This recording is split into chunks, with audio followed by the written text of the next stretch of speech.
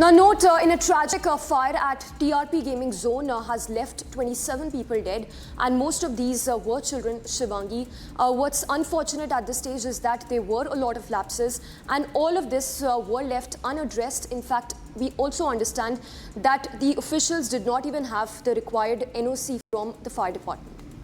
Right, a tragic fire at the TRP Gaming Zone has left 27 people dead, and many others have been injured. The question right now is who is accountable for this incident. We are seeing that the probe is on in this case, and today itself we will get to know more about where this investigation is heading. Let's go across to my colleague who's joining us, Jatin. Jatin is joining us live right now. Jatin, take us through the details that we are learning of. Also take us through where the investigation is heading towards. What can we expect today?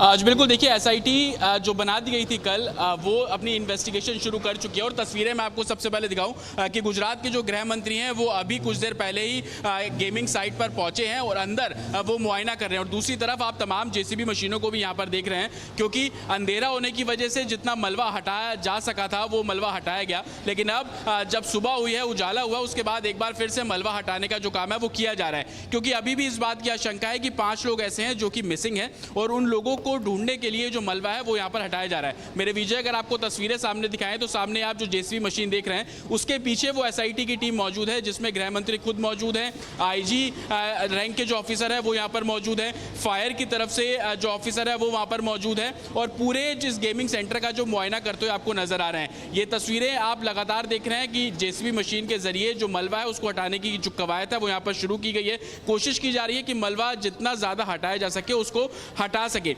दूसरी तरफ आप देखेंगे कि जो जितना भी मलबा आपको नजर आ रहा है ये एक टीन शेड का मलबा है, कंक्रीट का स्ट्रक्चर अंदर गेमिंग सेक्शन में नहीं था। और यही सबसे बड़ा रीजन था कि जब आग लगी तो उसको काबू पाने के लिए, उसको कंट्रोल करने के लिए काफी चैलेंजेस सामने आ रहे थे। ये भी इनिशियल जानकारी मिल रही है कि इस पूरे मलबे को रात भर हटाने की जो कवायद है वो की गई। जो बॉडीज अंदर से रिकवर की गई है उन बॉडीज की पहचान कर पाना मुश्किल है, जिसके लिए डीएनए जो कंडक्ट है, जो टेस्ट है वो किया जाएगा।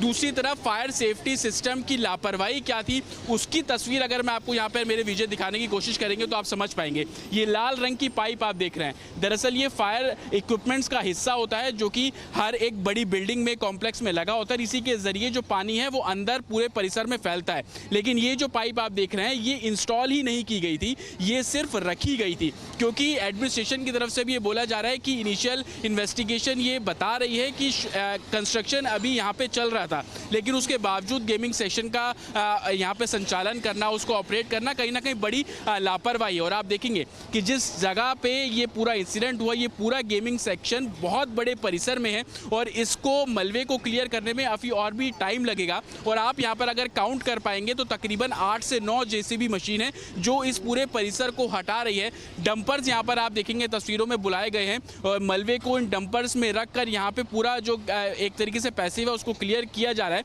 क्योंकि जो मिसिंग लोग हैं उनको ढूंढ पाना अभी भी प्रशासन के लिए काफी चैलेंजिंग बना हुआ है। एक तरफ इन्वेस्टिगेशन की जा रही है, दूसरा गेमिंग सेक्शन के अंदर क्या कुछ था वो भी तस्वीरें अगर मैं आपको यहाँ पर दिखाने की कोशिश करूँ तो आप समझ पाएंगे। आप देखेंगे कि गेमिंग सेक्शन में जब हम जाते हैं तो हमें बड़े बड़े टायर्स नजर आते हैं, वो दरअसल ये टायर होते हैं। और अंदर जहाँ पर आग लगी वहाँ पर भी इस तरीके के काफ़ी टायर्स है। ये जो टायर है ये बेसिकली रबड़ के टायर है और जब इनमें आग लगेगी तो काफ़ी चैलेंजिंग होता है इस पर काबू पाने के लिए। और दूसरी तरफ इन सभी राइड्स को ऑपरेट करने के लिए जो इलेक्ट्रॉनिक मशीनें हैं उसको चलाने के लिए डीजल का इस्तेमाल किया जाता है। और आप देखेंगे तस्वीरों में बड़ी संख्या में जो डंपर्स हैं वो यहाँ पर पहुँच रहे हैं। अभी मलबा को हटाने का काम किया जा रहा है। गृह मंत्री खुद यहाँ पर मौके पर पहुंचे हैं, कल रात भी यहाँ पर पहुंचे थे।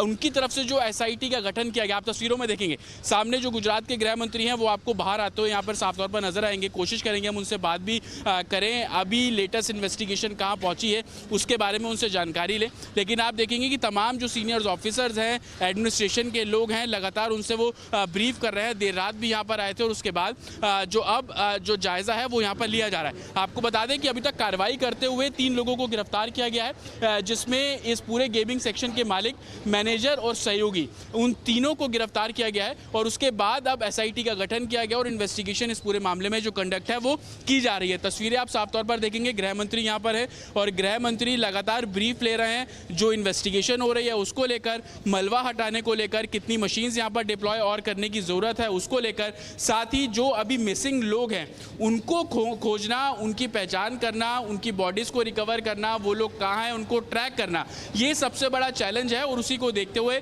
जो गृह मंत्री खुद यहाँ पर पहुंचे हैं और लीड कर रहे हैं। आप तस्वीरें देखेंगे कि जगह जगह पर जेसीबी मशीन्स हैं, वो मलबे को हटाने का काम जो है वो यहाँ पर कर रही है। इनिशियल इन्वेस्टिगेशन ये बोलती है कि इस पूरे गेमिंग सेक्शन में 45 लोगों का स्टाफ था। तकरीबन 75 लोगों के आसपास इस गेमिंग सेक्शन के अंदर लोग बाहर से आए थे, जिसमें से अभी तक 27 लोगों की मौत हुई है, 15 लोग घायल हैं, 5 मिसिंग है। लेकिन ये आंकड़ा अभी भी 50 तक नहीं पहुंच रहा है, लेकिन 100 से ज़्यादा लोग होने की उम्मीद है। और इसी को देखते हुए हेल्पलाइन नंबर भी इशू किया गया है कि अगर लोगों को लगता है कि कोई मिसिंग है तो वो उस हेल्पलाइन नंबर पर बात करके एडमिनिस्ट्रेशन को इस बारे में जानकारी जो है वो दे सकते हैं। लेकिन तस्वीरें आप लगातार कि प्रशासन अब मौके पर है, लेकिन लापरवाही क्यों हुई, पहले एडमिनिस्ट्रेशन हरकत में क्यों नहीं आया, ये जो फायर सेफ्टी सिस्टम यहाँ पर रखे हुए थे इनको इंस्टॉल क्यों नहीं किए गए, अगर ये अंडर कंस्ट्रक्शन था तो फन गेम या गेम सेक्शन यहाँ पर क्यों शुरू किया गया, पुलिस को इस बारे में जानकारी थी या नहीं थी, अगर थी तो समय रहते कार्रवाई क्यों नहीं की गई। ये तमाम ऐसे सवाल हैं जिनके जवाबों को ढूंढने के लिए अब SIT बना दी गई है और SIT अब इस पूरे मामले को इन्वेस्टिगेट करेगी। लेकिन अभी एडमिनिस्ट्रेशन के लोगों का साफ तौर पर कहना है कि उनकी प्रेफरेंस ये है कि जो लोग घायल हैं उन लोगों को ट्रीटमेंट जो है वो दिया जा सके, साथ ही जिन लोगों की इसमें मौत हुई है उनकी पहचान करके उनकी बॉडीज को फैमिली को सौंपा जाए। हालांकि मुआवजे की भी बात एडमिनिस्ट्रेशन कर रहा है, 4 लाख रुपए जो मृतक है उनके परिजनों को मुआवजा दिया जाएगा, घायलों को 50,000 रुपए के आसपास जो मुआवजा है वो दिया जाएगा। लेकिन मुआवजा भर से काम नहीं चलेगा, लापरवाही हुई है। 27 लोगों की अभी तक मौत हो चुकी है, 15 लोग अस्पताल में भर्ती है जिनका ट्रीटमेंट चल रहा है, 5 लोग मिसिंग है। तो ये इतना बड़ा आंकड़ा है जो कि किसी भी मुआवजे को कवर नहीं कर पाएगा। लेकिन खामी किसकी, 3 लोगों को गिरफ्तार इस पूरे मामले में किया गया है। और जिस तरीके से तस्वीरें भी आप लगातार देख रहे हैं कि गृह मंत्री सुबह होते ही मौके पर पहुंचे हैं, रेस्क्यू ऑपरेशन से जुड़ी, इन्वेस्टिगेशन से जुड़ी सभी जानकारी वो गेम जोन में खुद खड़े होकर लेते हुए नजर आ रहे हैं। जी जतिन हमारे साथ बने रहिए, हमें थोड़ा और बताइए इस टेम्पररी स्ट्रक्चर के बारे में। ये जो गेमिंग जोन था ये टिन शेड के अंदर बना हुआ था, इसकी परमिशन किसने दी और जो NOC था वो क्यों नहीं लिया गया फायर डिपार्टमेंट से? देखिए, परमिशन किसी चीज़ की भी नहीं ली गई, यहाँ तक कि रिक्वेस्ट भी नहीं किया गया। जो राजकोट के फायर चीफ है उन्होंने एक बहुत क्लियर बोला कि उनके पास किसी भी तरीके से फायर सेफ्टी इक्विपमेंट्स को लेकर परमिशन नहीं आई है। और उसके सबूत आपको यहाँ पर साफ तौर पर नजर आ जाएंगे, जहाँ पर आपको लाल रंग की जो पाइप है वो बयां कर रही है कि इक्विपमेंट्स यहाँ पर थे लेकिन उसको इंस्टॉल नहीं किया गया था। और एडमिनिस्ट्रेशन, चाहे हम पुलिस की बात कर ले, म्यूनसिपल कॉरपोरेशन की बात कर ले, फायर की बात कर ले, इस फन गेम में जो राइड्स लगी हुई थी उस राइड्स को ऑपरेट करने के लिए जो इक्विपमेंट्स होने चाहिए, जो परमिशन लेनी चाहिए, उन सभी चीज़ों को फॉलो नहीं किया गया था। ये भी जानकारी मिल रही है कि ये जो पूरा गेमिंग सेक्शन है जो कि एक बहुत बड़े परिसर में, बहुत बड़े स्पेस में बना हुआ है, ये प्रॉपर टीन शेड का बना हुआ है। आप सामने तस्वीरें देखेंगे, ऊपर जो टीन शेड है ये भी जानकारी मिल रही है कि ना ही ये फाइबर है ना ही ये लोहा है, ये एक ऐसा मटेरियल है अगर ये आग पकड़ता है तो बहुत तेजी से फैलता है। और यही कारण था कि कल जब एक सेक्शन पे आग लगना शुरू हुआ और उसके बाद आग पूरे जो गेमिंग जोन है उसको अपनी चपेट में लेता हुआ नजर आया। और कल की तस्वीर हम आपको लगातार दिखा रहे हैं जिसमें आप देखेंगे कि 5 किलोमीटर दूर तक आग का जो धुआं है वो आपको साफ तौर पर नजर आ रहा होगा। दूसरी तरफ मैं आपको बता दूं कि गर्मियों की छुट्टियां चल रही है, समर वेकेशंस हैं, कल सैटरडे था, वीकेंड था, तो बच्चे यहाँ पर पहुँचते हैं इंजॉय करने के लिए। लेकिन उसके बाद जब 5:30 बजे के आसपास आग लगनी शुरू हो जाती है और उसके बाद की तस्वीर आप सभी ने देखी कि कितना बड़ा पैनिक यहाँ पर फैला।